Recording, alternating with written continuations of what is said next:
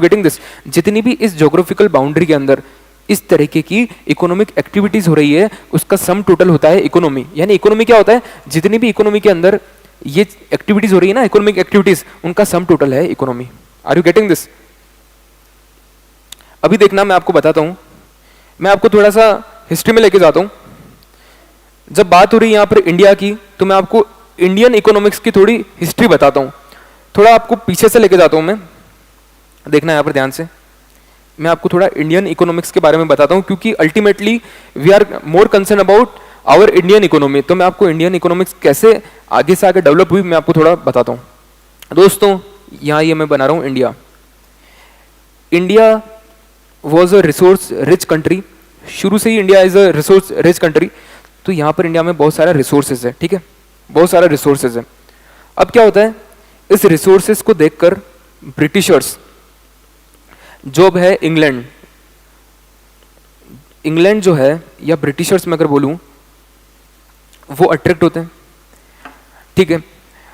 अब क्या होता है, इसको देखकर ये अट्रैक्ट होते हैं ब्रिटिशर्स। अब ब्रिटिशर्स यहां पर इंडिया में आते हैं, वो ईस्ट इंडिया कंपनी वाली पूरी कहानी आपने पढ़ी होगी बचपन में, तो वो ऐसा होता है वहां पर। और इंडिया में क्या करते हैं, फिर वो 200 साल तक रूल करते हैं दोस्तों, 200 ईयर्स तक रूल करते हैं, ठीक है। इस दौरान वो क्या करते हैं दोस्तों, इस दौरान वो क्या करते हैं, India is a resource rich country, मैंने आपको बताया, तो इंडिया में बहुत सारा कॉटन उगता है दोस्तों। तो वो क्या करते हैं, यहाँ से कॉटन को शिप्स में लेकर जाते हैं।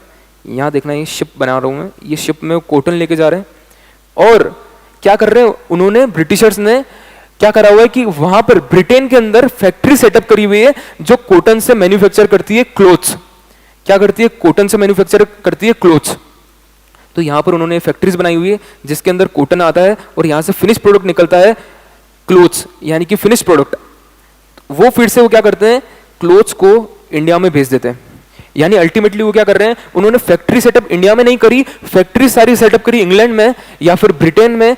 और इसके कारण हो क्या रहा है, जो भी एम्प्लॉयमेंट का जनरेशन हो रहा है वो हो रहा है ब्रिटेन में। जो भी फैक्टर्स ऑफ प्रोडक्शन वो खरीद रहे हैं वो वहां से खरीद रहे हैं, तो वहां पर जो भी उनका इनकम का डिस्ट्रीब्यूशन हो रहा है वो हो रहा है ब्रिटेन में। तो तरक्की किसकी हो रही है, तरक्की हो रही है ब्रिटेन की। लेकिन रिसोर्सेज किसके यूज किए जा रहे हैं, रिसोर्सेज जो कि स्केर्स है, मैंने आपको बताया, वो यूज किए जा रहे हैं इंडिया के। इंडिया के रिसोर्सेज यूज करके फिनिश प्रोडक्ट डेवलपमेंट ब्रिटेन में करके फिर से उन प्रोडक्ट को बना के इंडिया में ही दे रहे हैं, इंडिया के लोगों को ही बेच रहे हैं और महंगे प्राइजेस में। तो यहां पर इंडिया को पूरा एक्सप्लोर किया जा रहा था। ऐसा किया गया 200 ईयर्स तक, अराउंड 200 ईयर्स तक ऐसा किया गया। इसके बाद 1947 में जब इंडिया का इंडिपेंडेंस हुआ, इस टाइम इंडियन इकोनॉमी की हालत कैसी थी वो मैं आपको बताता हूं। इंडिया की जो इकोनॉमी थी वो थी stagnant, stagnant economy. Indian economy that time was stagnant economy. यानी स्टैग्नेंट इकोनॉमी क्या होता है, जिसमें ना तो कोई ग्रोथ हो रही है, यानी कि आजकल तो क्या है, चलो जीडीपी बढ़ रही है 7-8% से, लेकिन उस टाइम क्या स्टैग्नेंट इकोनॉमी, यानी कि कोई कुछ ज्यादा इकोनॉमी में पेस ही नहीं, कोई गति ही नहीं है, इकोनॉमी बस स्टैग्नेंट है, मतलब रुकी हुई सी है वहां पर ही जहां पर है। तो ठीक है, वहां पर कोई इकोनॉमी की ग्रोथ नहीं हो रही है, यानी 0% ग्रोथ इन इकोनॉमी, आप उसको बोल सकते हैं कि इकोनॉमी वहीं की वहीं रुकी हुई है, कोई इकोनॉमिक आउटपुट में बढ़ोतरी नहीं हो रही है, मतलब वहां पर कोई इकोनॉमिक आउटपुट बढ़ नहीं रहा है, वो उतना का उतना ही है। Are you getting this? तो उस टाइम इंडियन इकोनॉमी जो थी वो थी स्टैग्नेंट। और इंडिया में जॉब्स नहीं थी, क्योंकि सारी की सारी इंडस्ट्रीज जो है वो ब्रिटेन में सेटअप की गई थी। अच्छा, जॉब्स नहीं थी, इसके कारण क्या हुआ, यहाँ पर इंडिया में ज्यादातर जो लोग थे वो रूरल इंडिया में रहते थे। अर्बन इंडिया में केवल, अर्बन एरिया में अराउंड 2-3% पॉपुलेशन ही अर्बन एरिया में रहती थी, उसके अलावा सभी लोग रूरल एरिया में रहते थे। और इंडिया में 70% पॉपुलेशन जो थी दोस्तों, 70% पॉपुलेशन वो एग्रीकल्चर में इन्वॉल्व थी, एग्रीकल्चरल एक्टिविटी में इन्वॉल्व थी, ठीक है। और यहां पर शॉकिंग बात यह है कि जो 30% पॉपुलेशन अदर सर्विसेज में इन्वॉल्व थी ना, जो अदर फंक्शंस करती थी इकोनॉमी में, अदर फंक्शंस जो करती थी, यहां पर शॉकिंग बात यह है कि जो 30% पॉपुलेशन अदर फंक्शन करती थी वो भी जीडीपी का 50% कंट्रीब्यूट करती थी। और जो 70% पॉपुलेशन एग्रीकल्चर में इन्वॉल्व थी वो भी जीडीपी का 50% कंट्रीब्यूट करती थी। यानी हुआ क्या, हो क्या रहा था कि 70% people were involved in agriculture activities and they were contributing only 50% to the Indian GDP and बाकी बचे हुए खाली 30% लोग हैं ना, वो भी उनके बराबर कंट्रीब्यूट कर रहे हैं जीडीपी में। यानी कि एग्रीकल्चर पे इंडियन इकोनॉमी बहुत ज्यादा बेस्ट थी। इसके कारण इंडिया की जो जीडीपी की रेट थी वो जीडीपी ज्यादा ग्रो नहीं हो पा रही थी क्योंकि इतना ज्यादा प्रोडक्टिविटी नहीं था एग्रीकल्चर के अंदर। ठीक है, तो यहाँ पर क्या हो रहा था, इंडिया की इकोनॉमी की ये उस टाइम हालत थी 1947 में। अब इसके बाद क्या हुआ, यहाँ पर फिर इंडियन इकोनॉमी थोड़ी चली और यहाँ पर हम आते हैं 1951 के टाइम में। 1951 के टाइम में इंडिया 5 ईयर प्लान्स लेके आता है, एक कंसेप्ट लेके आता है 5 ईयर प्लान्स हम बनाएंगे जिसमें हम 5 ईयर के कुछ टारगेट सेट करेंगे और फिर 5 साल बाद उनको एनालाइज करेंगे कि क्या वो कितने अचीव होते हैं या फिर हमें उनमें कुछ रेक्टिफिकेशंस करने हैं। तो देखना 1951 से 1956 तक आया फर्स्ट 5 ईयर प्लान। ठीक है, यहाँ तक एकदम कुछ ज़्यादा इकोनॉमी पे इम्पैक्ट, बड़ा इम्पैक्ट नहीं देखने को मिला। फिर आया 1956 से लेकर 1961 वाला सेकेंड 5 ईयर प्लान। क्या आया, सेकेंड 5 ईयर प्लान। तो जो ये 1956 से 1961 वाला सेकेंड 5 ईयर प्लान आया ना, इसने इंडियन इकोनॉमी को पूरी तरीके से चेंज कर दिया। यहाँ पर क्या हुआ, इस वाले इकोनॉमी में इसमें एक इकोनॉमिक पॉलिसी लाई गई। इस सेकेंड 5 ईयर प्लान में एक इकोनॉमिक पॉलिसी लाई गई जिसके अंदर ये था कि India will follow mixed economy policy. India will follow mix economy policy. ऐसी पॉलिसी इस सेकंड 5 ईयर प्लान जो 1956 से 1961 का पीरियड था उसके अंदर जो सेकंड 5 ईयर प्लान आया उसके अंदर ये लिखा गया कि India will follow mixed economy policy. अब मिक्स्ड इकोनॉमी पॉलिसी का मतलब क्या होता है, मिक्स्ड इकोनॉमी पॉलिसी का मतलब यह है कि पहले क्या होता था कि सारी की सारी इंडस्ट्रीज जो थी वो गवर्नमेंट के कंट्रोल में थी, सारे के सारे गुड्स जो है वो गवर्नमेंट मैन्युफैक्चर करती थी। जो टीवी या जो भी ऐसे चीजें भी होती थी ना वो भी गवर्नमेंट मैन्युफैक्चर करती थी। जो मारुति कार आज है ना, आज वो प्राइवेट है, लेकिन पहले मारुति जो कंपनी थी वो गवर्नमेंट के कंट्रोल में थी। ऐसे काफी सारी इंडस्ट्रीज जो है वो गवर्नमेंट के कंट्रोल में थी उस टाइम। अच्छा, तो यहां पर क्या था कि ज्यादातर कंट्रोल गवर्नमेंट का था, लेकिन मिक्स्ड इकोनॉमी पॉलिसी में क्या होने वाला था कि जो भी गवर्नमेंट है ना, गवर्नमेंट सेक्टर है ना, गवर्नमेंट सेक्टर या मैं बोल सकता हूं पब्लिक सेक्टर, जो पब्लिक सेक्टर है वो केवल कुछ इसेंशियल या कुछ ऐसी इंडस्ट्रीज जो कि काफी देश की जो अपन बोलते हैं देश के जो सेंटिमेंट्स या फिर बोल सकते हैं कि देश की तरक्की के लिए बहुत ज्यादा जरूरी है गवर्नमेंट को खुद के कंट्रोल में रहना, वो इंडस्ट्रीज केवल गवर्नमेंट अपने पास रखेगी, उसके अलावा पूरा प्राइवेटाइजेशन कर देगी। फॉर एग्जांपल गवर्नमेंट यहां पर अपने पास रख के चलेगी रेलवे, या फिर हो गया डिफेंस, या फिर होगी हैवी इंडस्ट्रीज जैसे कि एटॉमिक इंडस्ट्रीज,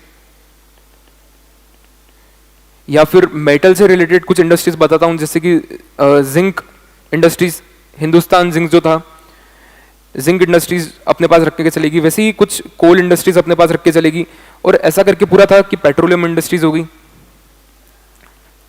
ठीक है, वैसे एयरवेज अपने पास रख के चलेगी। तो यहां पर कुछ सेलेक्टेड इंडस्ट्रीज ही गवर्नमेंट अपने कंट्रोल में रख के चलेगी, बाकी चीजें क्या कर देगी गवर्नमेंट, बाकी चीजें प्राइवेट को बोल देगी you are free to set up the industries in this sectors, ऐसा करके। ठीक है, तो ऐसा करने से क्या हुआ, इंडिया में मिक्स्ड इकोनॉमी पॉलिसी को फॉलो किया गया, एंड यहां से फिर कोई मेजर ऐसा कोई चेंज नहीं आया इकोनॉमिक एनवायरनमेंट में इंडिया के अंदर टिल 1991 ऐसा कोई बड़ा इंपैक्ट या ऐसा कोई बड़ा चेंज देखने को नहीं मिला इंडियन इकोनॉमी के अंदर, ऐसा ही चलता रहा उसके आगे। फिर हुआ आया 1991 का पीरियड। इस टाइम क्या हुआ 1991 के पीरियड में, यहां देखना, यहां पर इंडिया की हालत ऐसी थी कि there was only 15 days reserve was there was 15 days reserve left to import crude oil. यानी इंडिया जो है, क्रूड ऑयल क्या होता है, कच्चा तेल, यानी कि उसको फिर रिफाइन करके और उससे फिर अलग अलग टाइप का फ्यूल बनाया जाता है, पेट्रोल, डीजल, या फिर जो एयरक्राफ्ट में जो एविएशन फ्यूल आता है, मतलब कि जो क्रूड ऑयल यानी कच्चा तेल, वो इंडिया क्या करता है, इंडिया के पास इतने रिजर्व्स नहीं है ऑयल के, तो वो बाहर से इंपोर्ट करता है, और पहले भी करता था। 1991 के टाइम पे, उस टाइम इंडिया के पास केवल इतना ही पैसा बचा था जिससे वो सिर्फ 15 दिन का क्रूड ऑयल ही इंपोर्ट कर पाए, सिर्फ इतना पैसा इंडिया के पास बचा था दोस्तों। ठीक है, अब क्या हुआ, इंडिया के पास सिर्फ 15 दिन का पैसा बचा, और अगर 15 दिन में क्रूड ऑयल खत्म हो जाता तो इकोनॉमी की ग्रोथ रुक जाती। मतलब petrol is very essential to run मेरी इंडस्ट्रीज एज वेल एज जो ट्रांसपोर्टेशन है वो तो है ही है। तो यहाँ पर क्रूड ऑयल के 15 दिन का पैसा बचा होना इंडिया के लिए बहुत ही शॉकिंग न्यूज थी। अब क्या होता है यहाँ पर दोस्तों, यहाँ पर होता है, यहाँ पर रोल में आते हैं, यस, यहाँ पर रोल में आते हैं दोस्तों डॉक्टर मनमोहन सिंह, जो थे इंडिया के फिनेंस मिनिस्टर, उस टाइम के फिनेंस मिनिस्टर थे। अगर आपको मैं दिखाऊं तो ये है डॉक्टर मनमोहन सिंह, ये उस टाइम के इंडिया के फिनेंस मिनिस्टर थे। इनके पास उस टाइम डिसीजन लेना था इनको कि अभी ऐसी सिचुएशन में क्या किया जाए, अब क्या किया जाए, ऐसी सिचुएशन से इंडिया को कैसे निकाला जाए। तो वो अप्रोच करते हैं आईएमएफ को, इंटरनेशनल मॉनेटरी फंड को, लोन देने के लिए इंडिया को, ताकि इंडिया जो है क्रूड ऑयल इंपोर्ट कर पाए 15 दिन के बाद भी, उसके पास पैसा खत्म ना हो या पैसा उसके पास लोन के थ्रू आए। तो आईएमएफ को अप्रोच करती है, लेकिन आईएमएफ उस टाइम क्या बोलता है, आईएमएफ बोलता है मैं लोन उसी शर्त पे दूंगा, उसी कंडीशन पे दूंगा कि इफ आप अपनी इंडियन इकोनॉमी को ओपन करें या अपनी इंडियन इकोनॉमी को थोड़ा फ्री करें। फ्री इन द सेंस, इसके पहले क्या होता था, 1991 के पहले इंडिया में ऐसा होता था कि इंडिया में किसी बाहर वाली कंपनीज को, एमएनसीज को इंडिया में इंडस्ट्री सेटअप करने का अलाउ नहीं था। वैसे इंडियन कंपनीज को ज्यादा बाहर इंडस्ट्री सेटअप करना अलाउ नहीं था। इसके अलावा इंपोर्ट को लेकर बहुत सारे हैवी रेस्ट्रिक्शंस थे। इसके अलावा एक्सपोर्ट को लेकर भी बहुत हैवी रेस्ट्रिक्शंस थे। तो इसके कारण क्या हो रहा था, इंडियन इकोनॉमी जो है वो इतना ज्यादा तरक्की नहीं कर पा रहा था, क्योंकि उसको हैवी प्लांट एंड मशीनरी जो इंडिया में टेक्नोलॉजी नहीं है उसे इंपोर्ट करना रहेगा, और गुड्स एंड सर्विसेज बनाकर बाहर एक्सपोर्ट करना रहेगा, तभी इंडिया का रिजल्ट जो है बढ़ पाएगा। फॉरेक्स रिजर्व इंडिया का तभी बढ़ पाएगा जब एक्सपोर्ट ज्यादा होगा। लेकिन दोस्तों ऐसा उस टाइम नहीं हो रहा था। इसके कारण इंडिया इतना ग्लोबल जो बोलते हैं ग्लोबल इकोनॉमी के साथ इतना इंटीग्रेट नहीं हो पा रहा था। इंडिया ग्लोबल इकोनॉमी से थोड़ा अलग थलग सा था, उनके साथ इतना इंटीग्रेट नहीं था कि वहां से उनके साथ ट्रेड रिलेशन हो इंडिया के। तो इसके कारण क्या हो रहा था ना, आईएमएफ ने बोला कि आप अगर अपनी इंडियन इकोनॉमी को थोड़ा फ्री करेंगे, बाहर वाली कंपनीज को अलाउ करेंगे इंडिया के अंदर इंडस्ट्री सेटअप करना, और इंडिया वाली जो कंपनीज है उनको थोड़ा फ्रीडम देंगे बाहर एक्सपोर्ट करना और बाहर इंडस्ट्री से लगाना, तभी हम आपको लोन देंगे। तो मनमोहन सिंह यहाँ पर लेके आते हैं एक नई पॉलिसी जिसका नाम था, आप सभी लोग बचपन से पढ़ते आ रहे हैं, LPG, liberalisation, privatisation, globalisation. Liberalisation, privatisation दोस्तों, प्राइवेटाइजेशन और दोस्तों ग्लोबलाइजेशन, ये जो है पॉलिसी, ये उसके बाद में डॉक्टर मनमोहन सिंह के नेतृत्व में, अगर मैं बोलूं ज्यादा हिंदी अगर अच्छे से बोलूं तो उनके नेतृत्व में ये पॉलिसी लाई गई एलपीजी वाली। और दोस्तों लिबरलाइजेशन, प्राइवेटाइजेशन, ग्लोबलाइजेशन, आखिर इसका मतलब क्या है? आखिर इसका मतलब क्या है? लिबरलाइजेशन का मतलब होता है कि लॉज एंड रेगुलेशन जो इंडिया में है उनको लिबरल करना, यानी कि एक्सपोर्ट को लेकर जो रेस्ट्रिक्शंस है उनको हटाना, इंपोर्ट को लेकर जो रेस्ट्रिक्शंस है उनको हटाना, और जो ग्लोबलाइजेशन है उसका मतलब यह है कि इंडिया को ग्लोबली फ्रीडम देना कि यहाँ की इंडस्ट्रीज बाहर इंडस्ट्री सेटअप कर पाए और बाहर वाली कंपनियां यहाँ फैक्ट्री लगा पाए, ताकि यहाँ पर भी एम्प्लॉयमेंट जनरेशन बढ़े, यहाँ की और ज्यादा तरक्की हो, ऐसी फ्रीडम लाना ग्लोबलाइजेशन। और प्राइवेटाइजेशन क्या, कि प्राइवेट सेक्टर को और भी ज्यादा फ्रीडम देना। भले 1951 से 1956 के बाद जो 5 ईयर प्लान आया था, that is second 5 year plan, जो 1956 से 1961 तक था, उसमें भले इंडिया ने मिक्स्ड इकोनॉमी पॉलिसी एडॉप्ट कर ली थी, बट इतने अच्छे से उसका इंप्लीमेंटेशन नहीं हुआ, और प्राइवेट सेक्टर फिर भी इतना ज्यादा फ्री नहीं था इंडियन इकोनॉमी के अंदर। इसके लिए यहां पर प्राइवेटाइजेशन का और स्ट्रिक्ट एक्शन लेने के लिए एलपीजी पॉलिसी में भी प्राइवेटाइजेशन का प्रावधान रखा गया, और प्राइवेटाइजेशन में यह होने वाला था कि प्राइवेट सेक्टर को और भी ज्यादा फ्रीडम मिलने वाली है। दोस्तों यहां पर अब पब्लिक सेक्टर की बहुत सारी इंडस्ट्रीज जो है वो बिकने वाली है प्राइवेट सेक्टर को। अब उन इंडस्ट्रीज को रन करेंगे प्राइवेट सेक्टर वाले, क्योंकि प्राइवेट सेक्टर जिन इंडस्ट्रीज को रन करता है उनकी एफिशिएंसी अच्छी होती है, लेकिन भले इनका मोटिव है प्रॉफिट मैक्सिमाइजेशन, लेकिन इनकी एफिशिएंसी जो होती है वो अच्छी होती है। दोस्तों एक क्वेश्चन बार बार आता है कि प्राइवेट सेक्टर को इंडस्ट्रीज देने से इकोनॉमी पे सोशल वेलफेयर जो होता है ना, मोटिव, वो फुलफिल नहीं हो पाता है।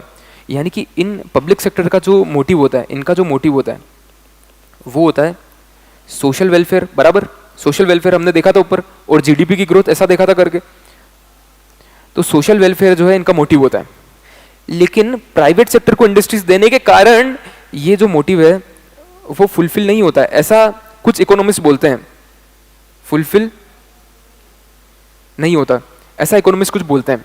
लेकिन मैं बता दूं, इसको काउंटर करते हुए कुछ इकोनॉमिस्ट वापस से उसके जवाब में काउंटर करते हैं और बोलते हैं कि ऐसा नहीं होता है। प्राइवेट सेक्टर को इंडस्ट्रीज देने के बावजूद भी, इसको देने के बावजूद भी क्या होगा, इसको देने के बावजूद भी ऐसा नहीं होगा कि सोशल वेलफेयर नहीं होगा, बल्कि सोशल वेलफेयर हो सकता है प्राइवेट सेक्टर को इंडस्ट्रीज बेचने के बाद भी। वो कैसे हो सकता है, यहां देखना, यहां देखना। प्राइवेट सेक्टर को इंडस्ट्रीज बेची, मतलब फ्रीडम दी कि आप भी ये इस सेक्टर में, इस पर्टिकुलर सेक्टर में इंडस्ट्रीज लगा सकते हैं। फॉर एग्जांपल डिफेंस में ले लो, या चलो इंडिया का अगर मैं आपको एग्जांपल दूं, यूएसए का ना छेड़ते हुए इंडिया का एग्जांपल दूं, तो ऑयल ले लो। तो देखना ऑयल सेक्टर जो है उसको अगर गवर्नमेंट फ्री करती है कि प्राइवेट सेक्टर भी इसमें अपनी इंडस्ट्रीज लगा सकता है, जैसे कि रिलायंस ने जामनगर के अंदर रिफाइनरी लगाई हुई है। Are you getting this? तो यहां पर क्या हो सकता है, प्राइवेट सेक्टर को भी फ्रीडम है, पब्लिक सेक्टर को भी फ्रीडम है। यहां पर क्या हुआ, प्राइवेट सेक्टर को फ्रीडम देने के कारण, मैं आपको ये बता रहा हूं कि प्राइवेट सेक्टर को फ्रीडम देने के बावजूद भी सोशल वेलफेयर होगा इकोनॉमी में। वो देखना कैसे होगा। यहां पर प्राइवेट सेक्टर को फ्रीडम दी दोस्तों, प्राइवेट सेक्टर को यहां फ्रीडम दी, उसके कारण देखना क्या होगा।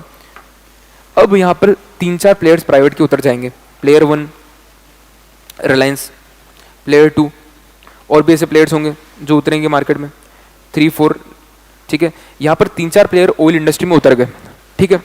उसके कारण क्या होगा, ऑयल इंडस्ट्री में कंपटीशन बढ़ेगा।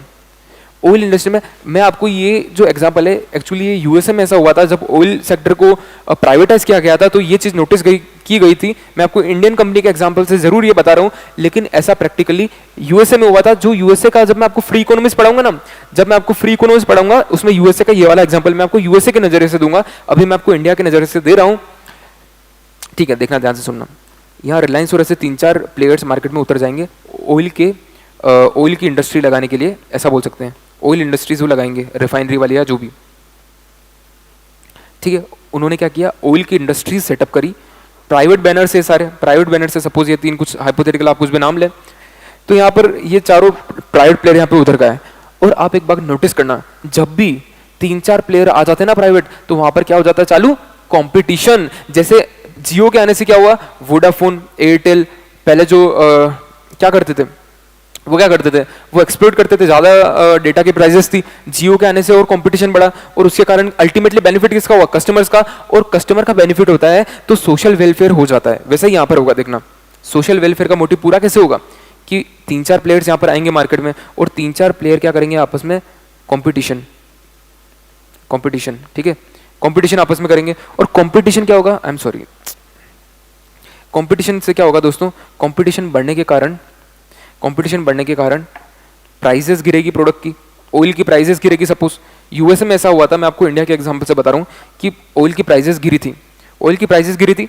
इसके बाद क्या होगा, ऑयल की प्राइसेस गिरेगी ना, तो इससे बेनिफिट किसका होगा, कंज्यूमर्स का, या बोलूं कस्टमर्स का, कंज्यूमर्स का बेनिफिट होगा। और कंज्यूमर का बेनिफिट अगर होगा, जिस भी चीज में कंज्यूमर का बेनिफिट होता है, तो वहां पर आपका सोशल वेलफेयर का जो मोटिव है, दोस्तों, सोशल वेलफेयर का मोटिव आपका पूरा हो गया। कंज्यूमर का बेनिफिट हो गया तो सोशल वेलफेयर पूरा हो गया। कंज्यूमर का बेनिफिट ही तो कराना था, वो हो गया तो आपका सोशल वेलफेयर पूरा हो गया। तो लो दोस्तों, प्राइवेटाइजेशन के बावजूद भी प्राइवेट सेक्टर आए, 3-4 प्लेयर्स उतरे, आपस में कंपटीशन किया, प्राइसेस गिरी, कंज्यूमर का बेनिफिट हुआ और सोशल वेलफेयर हो गया। लो, सोशल वेलफेयर हो गया यहाँ पे। Are you getting this? तो वो वाले जो इकोनॉमिस्ट थी उनको इस तरीके से काउंटर किया गया था। तो मैं यहाँ कहाँ से आ गया इतना डीप में, तो अपन थे यहाँ पर एलपीजी में, लिबरलाइजेशन, प्राइवेटाइजेशन, ग्लोबलाइजेशन, ठीक है। तो दोस्तों ये मैंने आपको दिया थोड़ा इंडियन इकोनॉमी का बैकग्राउंड। अगर मैं आपको फिर से बताऊं, थोड़ा सा रिकैप कराऊं, तो India as a resource rich country, जो शुरू से India as a resource rich country, इसके कारण ब्रिटिशर्स, या आज की तारीख में बोले तो इंग्लैंड, इसकी तरफ अट्रैक्ट होता है और वो यहाँ पर आता है, रूल करता है 200 ईयर्स तक, जिसको हमने नाम दिया कॉलोनियल रूल, जो उसने काफी जगह इंग्लैंड ने या ब्रिटेन ने किया हुआ है। तो इंग्लैंड क्या करता है, यहाँ पर कॉलोनी बनाता है इंडिया को अपनी, और इंडिया से रॉ मटेरियल ले जाता है, रॉ मटेरियल से फिनिश प्रोडक्ट बनाता है, वो इंडिया में ही ला के बेचता है, डबल प्रॉफिट कमाता है। एक तो वहाँ इंडस्ट्री सेटअप करने से उसका इकोनॉमी का फायदा हुआ, एक यहाँ से प्रॉफिट खींच के वहां ले जाता था तो उसका फायदा हुआ। तो यहाँ पर वो डबल तरीके से इंडिया की बैंड बजाता है। और दोस्तों इससे क्या होता है, इंडियन इकोनॉमी जो है वो जब इंडिपेंडेंस का टाइम आता है तब वो इंडियन इकोनॉमी स्टेगनेंट इकोनॉमी होती है, यानी कि कोई ग्रोथ ही नहीं होती इंडियन इकोनॉमी की। इसके बाद एक बड़ा फैसला आता है 1956 से लेकर 1961 वाले सेकंड 5 ईयर प्लान में, जहां पर इंडिया की इकोनॉमी को फ्री किया जाता है। फ्री इन द सेंस थोड़ा India will adopt mixed economic policy, ऐसा लाया जाता है। ऐसा ला कि उसमें क्या होता है कि प्राइवेट इंडस्ट्रीज को फ्रीडम दी जाती है, प्राइवेट सेक्टर को, अगर मैं स्पेसिफिकली बोलूं तो प्राइवेट सेक्टर को फ्रीडम दी जाती है कि आप इंडिया में इन पर्टिकुलर इंडस्ट्रीज में भी उतर सकते हैं, अपनी इंडस्ट्रीज सेटअप कर सकते हैं इन पर्टिकुलर सेक्टर के अंदर भी। Are you getting this? क्या बोल रहा हूं मैं? ऐसा होगा। फिर 1991 में एक बड़ा फैसला आता है, जब इंडिया के पास रिजर्व की कमी होती है, वो आईएमएफ के पास जाता है। आईएमएफ बोलता है कि आप अपनी इकोनॉमी को फ्री बनाओ तभी हम लोन देंगे। फिर मनमोहन सिंह एलपीजी लेके आते हैं, लिबरलाइजेशन, प्राइवेटाइजेशन, ग्लोबलाइजेशन, और इसके बाद तक तो आज की इकोनॉमी की ग्रोथ आप जानते ही है, 7-8% से इकोनॉमी ग्रो हो रही है। ठीक है, अच्छा जीएसटी के टाइम पे क्या हुआ था, जीएसटी का जब आया था 1/4/2017 में, तो 1/4/2017 के फर्स्ट क्वार्टर के अंदर, जब जीएसटी जिस फाइनेंशियल ईयर में आया 17-18, तो 17-18 के फर्स्ट क्वार्टर के अंदर इंडिया की जीडीपी हुई थी 5.7%। मतलब इंडिया की इकोनॉमी जो नॉर्मली अगर मैं एवरेज बोलूं तो 7-8% से बढ़ रही है, 7-8% से बढ़ रही है। वहां पर क्या हुआ था, जीएसटी जब आया था 2017-18 ईयर अगर मैं बोलूं, तो उसके फर्स्ट क्वार्टर में, यानी कि 17-18 का जो फर्स्ट क्वार्टर था, उसमें इंडिया की जो जीडीपी है क्वार्टर 1 के अंदर वो गिरकर हो जाती है 5.7%। तो इसके कारण लोगों को लगने लगा कि GST is a bad low, GST is a bad low, because उससे तो अपनी इंडिया की जीडीपी जो है वो गिर गई है। बट अल्टीमेटली क्या होता है, इकोनॉमी रिकवर करती है, क्योंकि स्टार्टिंग में कोई भी नया लो आता है तो डिफिकल्टीज फेस करनी पड़ती है इंडस्ट्रीज को, जैसे कि बहुत सारी कंप्लायंसेस को लेकर डिफिकल्टीज थी, बहुत सारी दूसरी डिफिकल्टीज थी।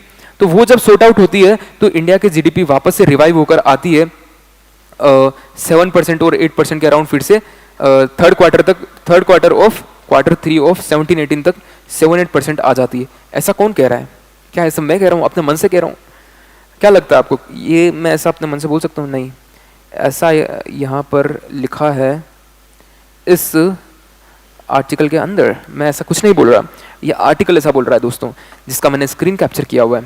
दोस्तों यहाँ पर आप ध्यान से देखना क्या लिखा हुआ है, the result of these 2 reforms, कौन कौन से, जीएसटी एंड डिमोनेटाइजेशन, कहाँ गया डिमोनेटाइजेशन, जीएसटी एंड डिमोनेटाइजेशन के कारण, इनके रिजल्ट के कारण, इन 2 रिफॉर्म के रिजल्ट के कारण GDP growth came crashing down, यानी कि गिरी है to the 3 years low of to 5.7% in the first quarter of 17-18।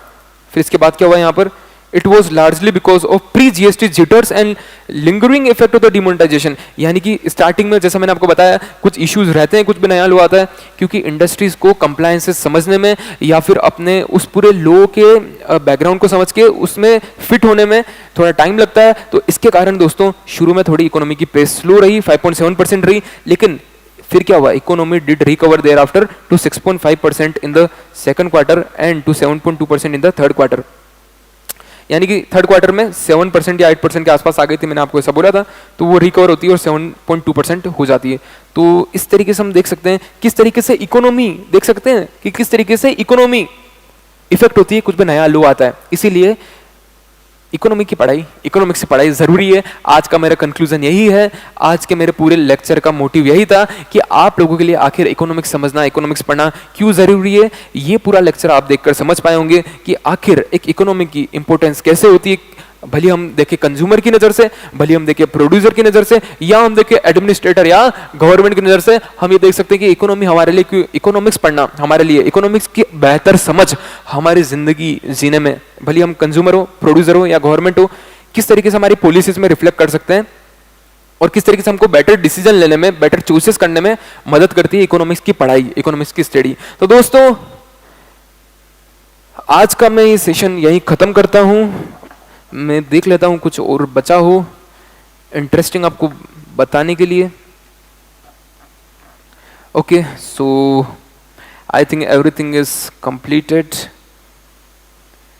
सो दोस्तों हम इसी तरीके से इकोनॉमिक्स को प्रैक्टिकली पढ़ेंगे। अगर मैं आपको बताऊं, जैसे मैं आपको ये क्वेश्चंस भी कराता हूं क्लास में, इसके अलावा क्वेश्चन बुक के अलावा हम प्रैक्टिकल तरीके से देख सकते हैं डायग्रामेटिक प्रेजेंटेशन से। यहाँ मैं आपको पढ़ाने वाला हूँ। जैसे आपको ये बताऊँ, मैं पूरे चार्ट्स वार्ट्स हम बनाएंगे क्लास के अंदर, और जैसे मैं आपको अगर बताऊँ तो ऐसा पूरा डायग्रामेटिकली हम इसको पढ़ने वाले हैं। जैसे मैं आपको पूरे एग्जांपल्स दूंगा, प्रैक्टिकली रिलेट करके बताऊंगा कि इकोनॉमिक्स जो हम पढ़ रहे हैं वो एक्चुअली बहुत ही प्रैक्टिकल सब्जेक्ट है, और इसे आप अगर थ्योरी समझने की गलती करेंगे तो आप सिर्फ रट्टा लगाएंगे और कुछ नहीं करेंगे।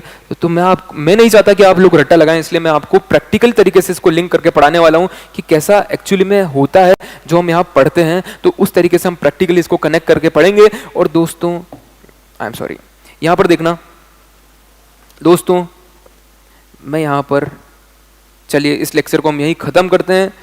तो thank you very much for watching this lecture. I hope आपको सारे डाउट्स क्लियर हो गए होंगे, आपको समझ गया होगा कि इकोनॉमिक्स हमारे लिए क्यों इंपॉर्टेंट है। तो दोस्तों, thank you very much for today's lecture. अगर आपको कुछ चीज में डाउट है तो you can contact me,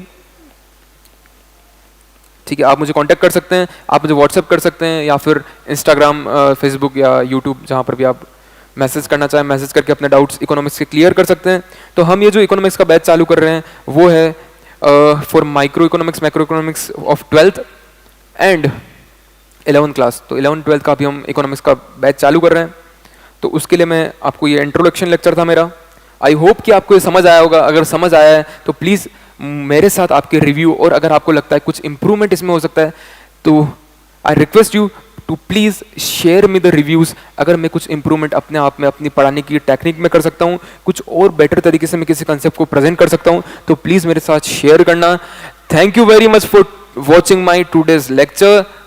thank you very much. Have a nice day ahead. Thank you very much.